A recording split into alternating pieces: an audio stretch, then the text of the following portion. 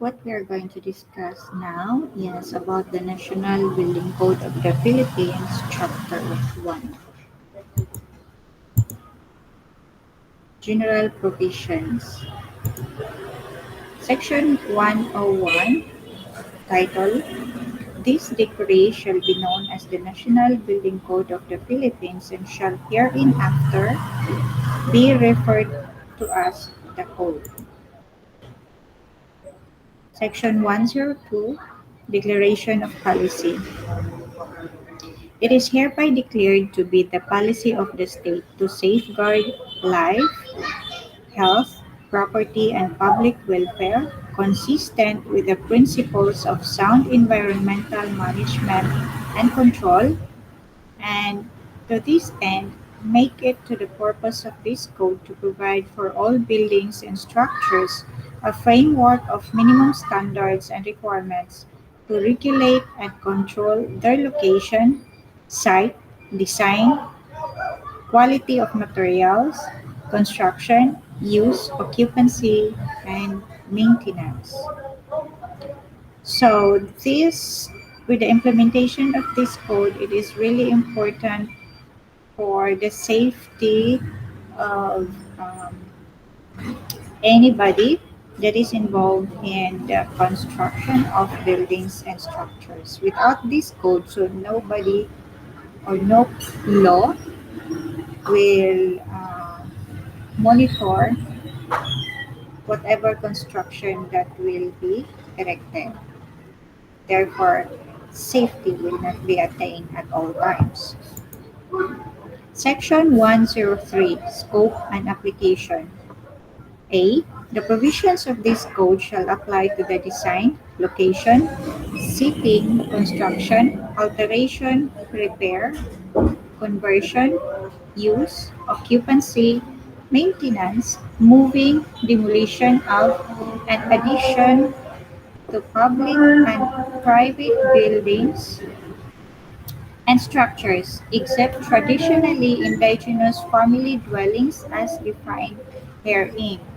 So it does not only involve the design and construction, but also all the stated um, application and services like repair, location, seating, construction, everything that is stated earlier is included in this code and for both public and private buildings. However, there is an exception, which is the indigenous family dwellings. Indigenous family dwellings, we're going to define it later and how to categorize a structure uh, as an indigenous family dwellings.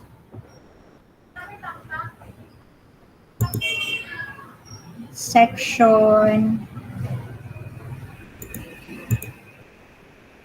we have the scope and application.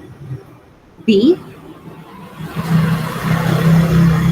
building and or structures constructed before the approval of this code, as what you can remember that this is already the revised National Building Code of the Philippines by previous President Ferdinand E. Marcos. So before the approval of this code, any buildings or structures constructed will not be affected.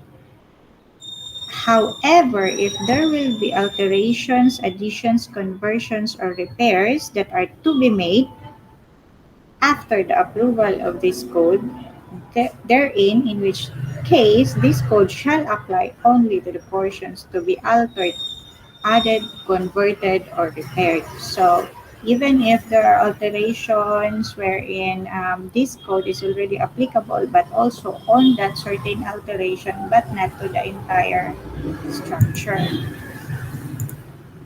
Now we have section 104, General Building Requirements. All buildings or structures as well as necessary facilities thereto shall conform in all respects to the principles of the safe construction and must be suited to the purpose of which they are designed. So all buildings and structures including its accessory facilities, shall conform with respect to the principles for safe construction. B. Buildings or structures intended to be used for manufacture or production of any kind of article or product shall observe adequate environmental safeguards. So, what does it mean with shall observe adequate environmental safeguards? It means that aside from conforming or following to this code, any manufacturer shall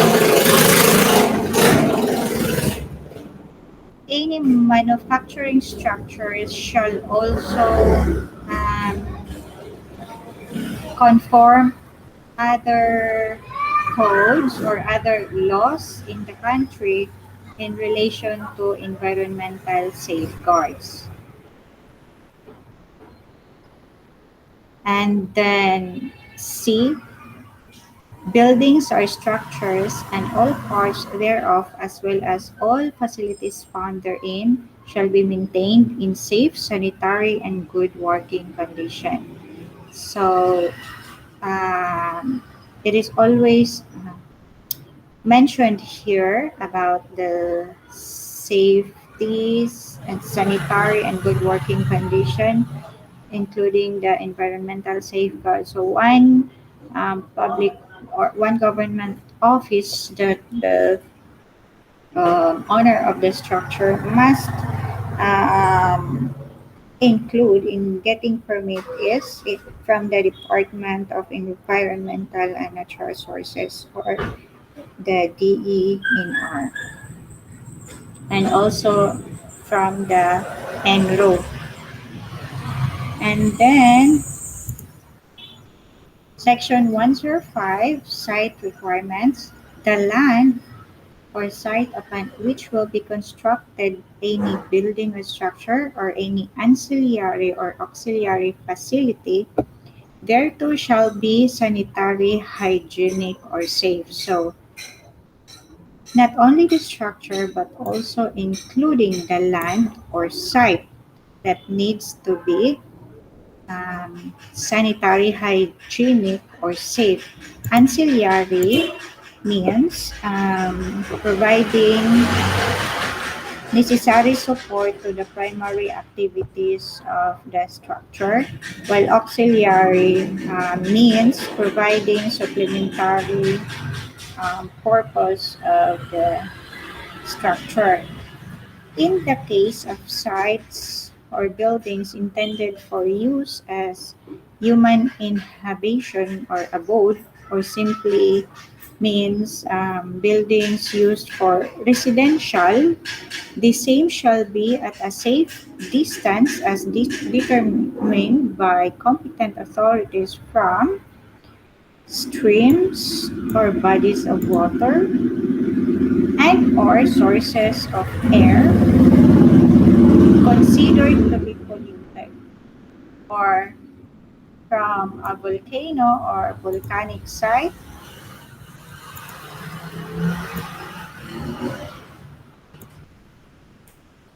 and or any other building considered to be a potential source of fire explosion. So from the site requirement section, this is the section 5, um, your land or the site of the building to where you are going to erect the structure mm, should also be at a safe distance from all these disturbances or future uh, future happening that future happening that can cause damage to the structure. And mostly these are natural catastrophes, just like if streams or bodies of water will be having a flood, then that is why your structure should be at a certain distance coming from a river, so that if there is a flood in that river, then you will not be affected, or even from a volcano, then in case there's a perception or expectation or perception for a volcanic eruption, then your structure will not be totally affected. Section 106 Definitions. As used in this code, the words, terms, and phrases enumerated in Annex A hereof shall have the meaning or definition correspondingly provided therein.